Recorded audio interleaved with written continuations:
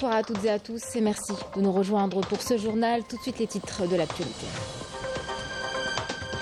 Cris de joie, larmes d'émotion et scènes de liesse dans tout le pays. Les résultats du BEM sont tombés ce matin, libérant la pression chez des dizaines de milliers d'élèves et de parents. Taux de réussite 67,56%. Les écoles des cadets de la nation se distinguent par leur excellence. 484 cadets ont obtenu leur BEM. 100% de réussite. Le général d'armée, ministre délégué auprès du ministre de la Défense nationale, chef d'état-major de l'ANP, félicite lauréats et cadres qui ont participé à la réalisation de ces honorables résultats. Une nouvelle promotion d'élèves policiers a prêté serment après une formation rigoureuse à l'école d'application de la Sûreté nationale de Blida qui a célébré la sortie de sa 61e promotion unifiée d'agents de police. Une cérémonie a été présidée par le ministre de l'Intérieur. Nous parlerons par la suite d'innovation avec la première édition du championnat arabe de robotique et d'intelligence artificielle. Des jeunes venus de plusieurs pays s'affrontent sur des défis technologiques de haut niveau. Et puis nous terminerons avec une ambiance estivale et détente sur la corniche d'Oran. Chaque soir, la ville attire familles et estivants pour passer d'agréables moments en toute sécurité. Un reportage est à suivre.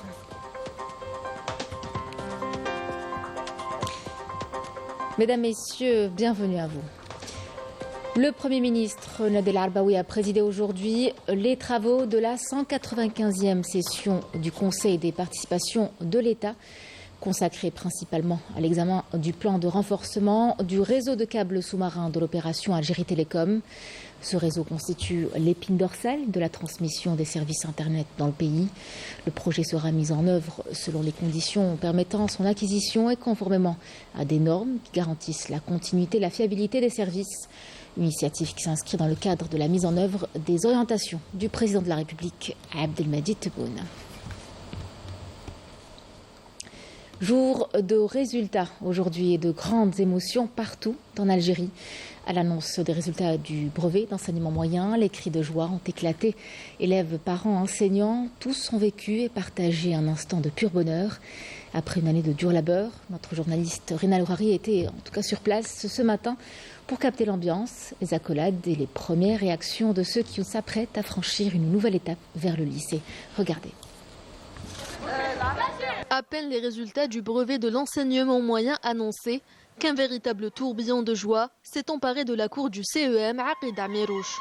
Entre cris de joie et larmes d'émotion, élèves et parents ont partagé un moment unique où l'effort d'une année entière trouve enfin sa récompense. Je suis très heureux d'avoir obtenu mon brevet. J'ai travaillé dur et mes efforts ont porté leurs fruits. Je tiens à remercier du fond du cœur mes parents et mes enseignants pour leur accompagnement. Alhamdoulilah, après tant de stress et d'attente, c'est une joie immense que nous ressentons à présent. Je ne trouve pas les mots pour décrire la joie que je ressens. J'ai rendu mes parents fiers, j'ai bien travaillé pendant toute l'année scolaire et je suis très content du résultat que j'ai obtenu. Je tiens à féliciter ma fille qui, malgré sa maladie, a décroché son brevet avec une bonne moyenne et m'a rendu fier d'elle. J'adresse des remerciements à tout l'encadrement qui l'a soutenue et aidée pendant toutes ces années. Dieu merci, j'ai réussi et obtenu mon brevet avec un 13,30 de moyenne. Je suis très fier de ma fille qui a durement travaillé tout au long de l'année scolaire. Elle a veillé des nuits entières à réviser.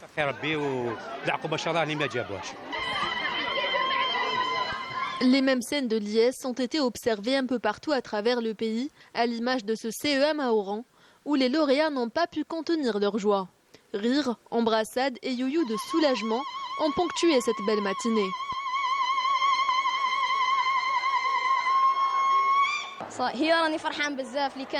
Je suis très content d'avoir obtenu mon BEM avec une moyenne de 18,23. Je remercie tout particulièrement mes parents pour leur soutien constant ainsi que mes enseignants. La joie que je ressens est indescriptible. Mes deux enfants ont décroché leur brevet. J'ai eu mon brevet en même temps que mon frère. C'est une double réussite qui rend ce moment encore plus spécial. Ma fille a obtenu son brevet après beaucoup d'efforts. Je suis extrêmement fière d'elle. Avec un taux de réussite de 67,56% enregistré cette année à l'échelle nationale, cette session 2025 reflète les efforts de toute une génération d'élèves. Pour ces futurs lycéens, Ce succès marque bien plus qu'un passage vers un parcours secondaire. Il symbolise le début d'un nouveau chapitre. Et au-delà de ces résultats, les écoles des cadets de la nation se distinguent par leur excellence. Suite à l'avance des résultats des épreuves du BEM pour la session de juin 2025, les promotions du cycle secondaire des écoles des cadets de la nation ont enregistré d'excellents résultats avec 484 cadets qui ont obtenu leur BEM, soit un taux de réussite de 100%. À cette occasion, le général d'armée Saïd Chengriha, ministre délégué auprès du ministre de la Défense nationale, chef d'état-major de l'armée nationale populaire, présente ses félicitations à tous les lauréats et les cadres qui ont participé à la réalisation de ces résultats honorables, leur souhaitant davantage de succès et d'épanouissement. Ces excellents résultats reflètent l'intérêt particulier conféré par le haut commandement de l'ANP aux écoles des cadets de la nation, des exploits qui confirment également le haut niveau de ces écoles ainsi que la rigueur et le dévouement des enseignants et des cadres œuvrant avec abnégation à atteindre les objectifs escomptés. Une performance exceptionnelle signée par la jeune élève Talhawi Mariam, scolarisée au CEM Ramdani Hassouni dans la wilaya de Biskra. La lauréate a décroché la première place au niveau national avec une moyenne de 19,58 sur 20. Derrière, on retrouve Anis Bakir du collège Khanouch Ahmed d'Alger, ainsi que Fatima Kedash du CEM Amira Moussa avec une moyenne de 19,46 sur 20. À Blida, l'école d'application de la Sûreté nationale Abdelmajid Bouzid de Soumaa a célébré la sortie de sa 61e promotion unifiée d'agents de police. Une cérémonie présidée par le ministre de l'Intérieur, des collectivités locales et de l'aménagement du territoire Brahim Erad, accompagné du directeur général de la Sûreté nationale. Tous deux ont supervisé la remise de diplômes à plus de 1400 agents. Une nouvelle promotion de policiers prête à rejoindre le terrain et un des bastions emblématiques de la formation policière en Algérie. Notre économie se veut aujourd'hui responsable. Alger a accueilli la deuxième édition du Forum de l'économie durable, un rendez-vous qui a rassemblé décideurs publics, entreprises engagées et experts autour de grands enjeux de la transition écologique. Il s'agissait en fait de poser les bases d'une économie circulaire et inclusive, d'encourager les modèles les plus verts forcément et de construire des passerelles entre acteurs nationaux et africains. Yamina Saïdji. Le Forum de l'économie durable revient à Alger pour une seconde édition, avec une ambition claire, transformer les engagements en actions concrètes. Objectif, mobiliser les investissements vers des secteurs responsables et rentables, capables d'impulser une vraie transformation économique. Les agences de promotion de l'investissement sont appelées à jouer un rôle moteur dans cette dynamique. L'agence algérienne de promotion de l'investissement concrétise les objectifs de développement durable en améliorant le climat des affaires. Afin de favoriser une croissance inclusive, cela s'inscrit dans le cadre de la réalisation de l'objectif numéro 8 du programme de développement durable. Nous avons un partenariat avec l'agence algérienne de promotion de l'investissement pour soutenir les investissements entre les deux pays et encourager la coopération entre les hommes d'affaires tunisiens et algériens. Autre levier, la diaspora algérienne. Compétences, financement, réseau, elle peut devenir un acteur clé du développement économique national. La diaspora algérienne souhaite participer au développement économique du pays, mais elle souhaite le faire aussi avec une approche qui est en phase avec notre époque, le développement durable. Développement économique durable, et on voit bien qu'on est à l'ère de grandes transitions dans le monde, donc transition énergétique, transition climatique, transition sociale, transitions qui sont géopolitiques. Et mon message aujourd'hui, c'est de dire que les Algériens de l'intérieur et les Algériens de l'extérieur doivent travailler main dans la main, de manière soudée, unie, solidaire, donc pour faire rayonner l'Algérie. Et des acteurs qui sont fiables dans cette démarche qui est le développement durable de notre économie. Et c'est une chose extraordinaire parce que le gouvernement, à la tête du président de la République, donc il y a toutes les institutions en place. Le Forum de l'économie durable s'impose comme un levier stratégique pour booster des projets à fort impact en rassemblant l'ensemble des acteurs publics et privés autour d'une dynamique de croissance commune et responsable. À Djidjel, l'un des plus importants projets agroalimentaires du pays entre en phase expérimentale.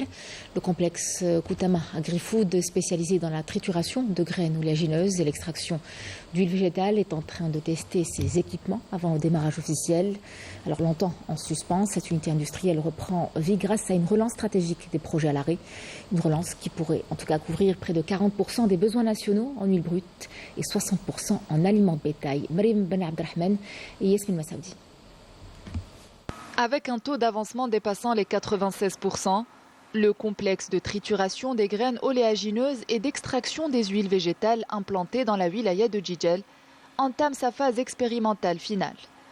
Une étape charnière durant laquelle l'unité industrielle est soumise à des opérations de réglage technique et de vérification minutieuse. Cette phase marque une étape importante avant la mise en production effective. Les essais techniques se poursuivent. La matière première a déjà été introduite avec succès dans la première partie de l'usine. Il ne reste que la mise en place des systèmes automatisés, une étape essentielle pour assurer la sécurité du complexe.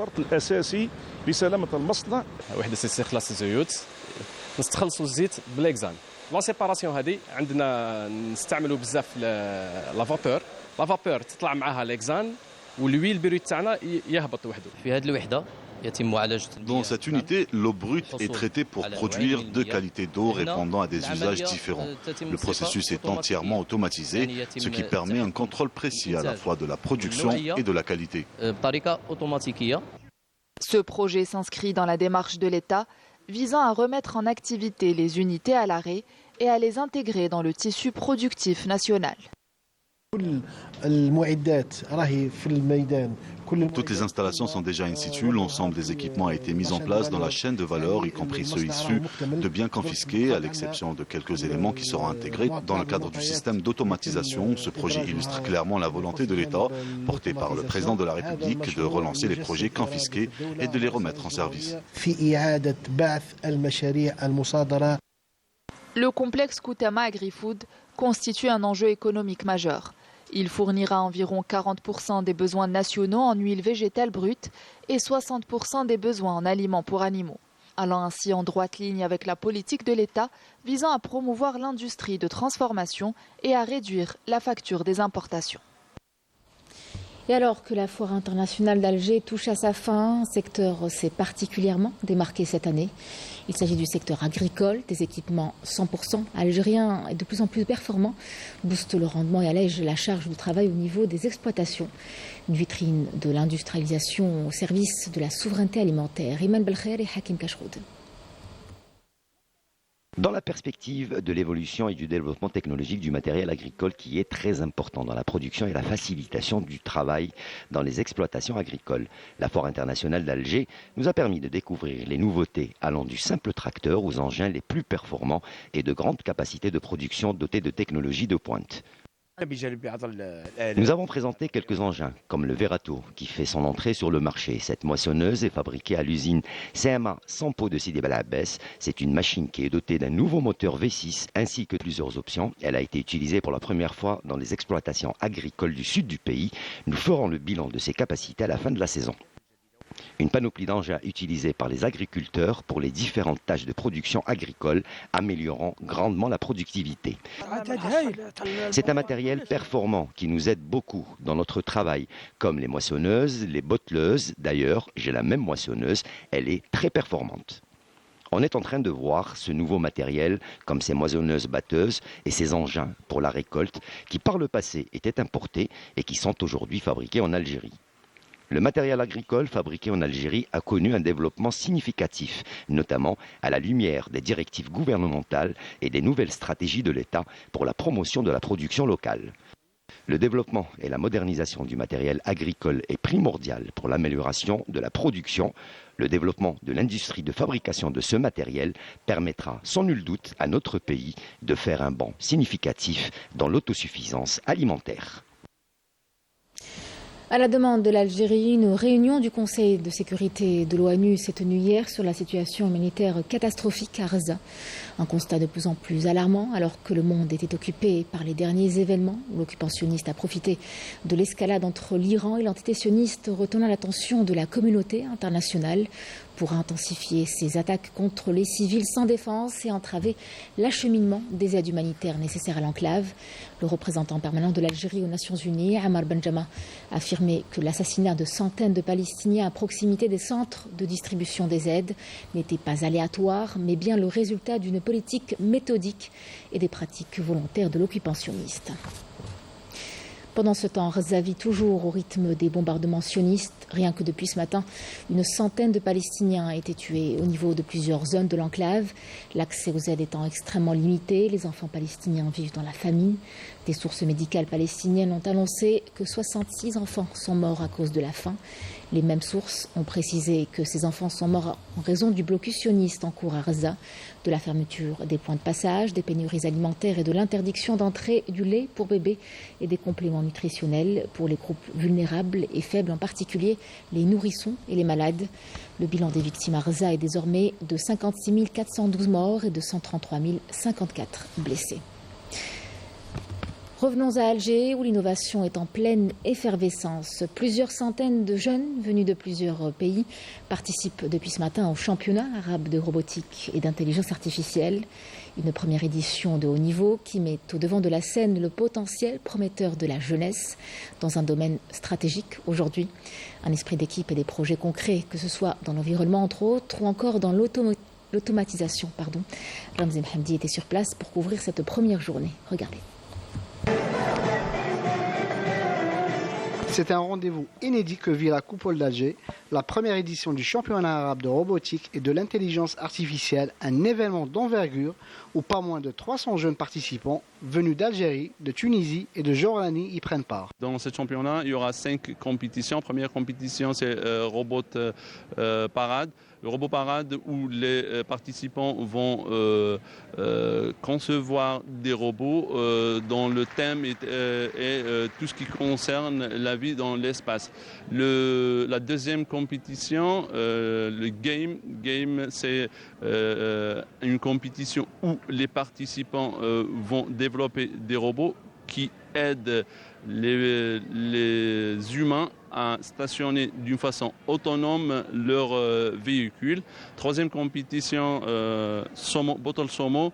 Dans cette compétition, chaque participant doit concevoir un robot, puis le programmer pour pousser des bouteilles qui seront sur la maquette. Pour la cinquième compétition, UMC Unknown Mission Competition, dans laquelle les participants vont essayer de trouver des solutions à un problème inconnu qu'on donne le jour même de la compétition. Ça fait à peu près un hackathon dans le domaine de la robotique et d'intelligence artificielle. Entre innovation, créativité et esprit d'équipe, ces petits génies s'illustrent dans plusieurs domaines. Programmation robotique, intelligence artificielle. Ici, l'avenir se construit à petits pas de robots. L'association Tana s'occupe des enfants de 3 ans jusqu'à 17 ans dans la formation robot éducatif et l'intelligence artificielle. Donc nous avons participé à plusieurs événements. Je ne suis pas de l'ère de la technologie, mais j'essaye de m'adapter avec la nouvelle technologie et de suivre la nouvelle génération pour transmettre le flambeau, ce que nos ancêtres ont fait auparavant. Une compétition intense entre jeunes inventeurs, que ce soit dans le domaine de la robotique ou de la programmation. Autant de projets innovants à même de faciliter la vie de tous les jours, comme la lutte contre la pollution et l'intelligence artificielle.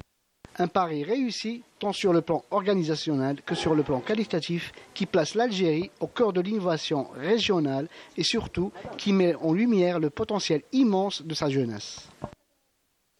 Une large place est aussi accordée au sport, à la culture et au patrimoine. La capitale a abrité la 2e édition du Trail urbain d'Alger, une course atypique en plein cœur de la ville blanche, où plus de 3000 participants ont répondu, présents, 3 fois plus que l'an dernier. Une affluence record pour ce rendez-vous. Couverture, Sarah Delbel. Ça nous permet de découvrir un peu notre capitale, notre pays, notre magnifique pays. Oubliez vos chronos et n'oubliez pas vos sourires. Le parcours, on ne le connaît pas. Mais il y a des surprises.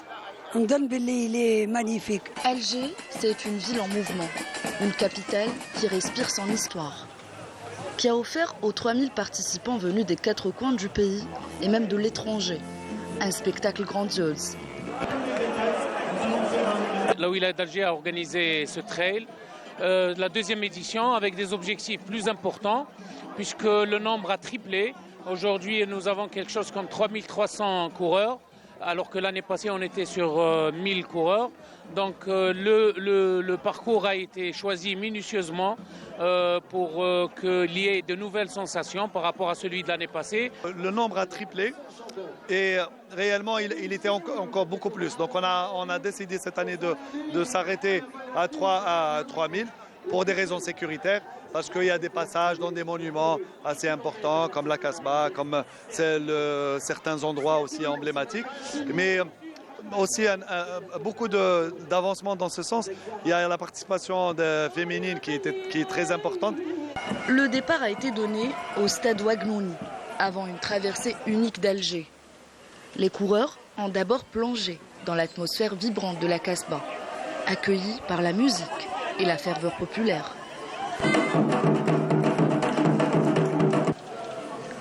Puis direction les voûtes d'Alger, avant de longer la mer sur les quais du port, tout près des bateaux. Le parcours les a ensuite menés à l'intérieur même du siège de la wilaya d'Alger, exceptionnellement ouvert à plus de 3000 coureurs.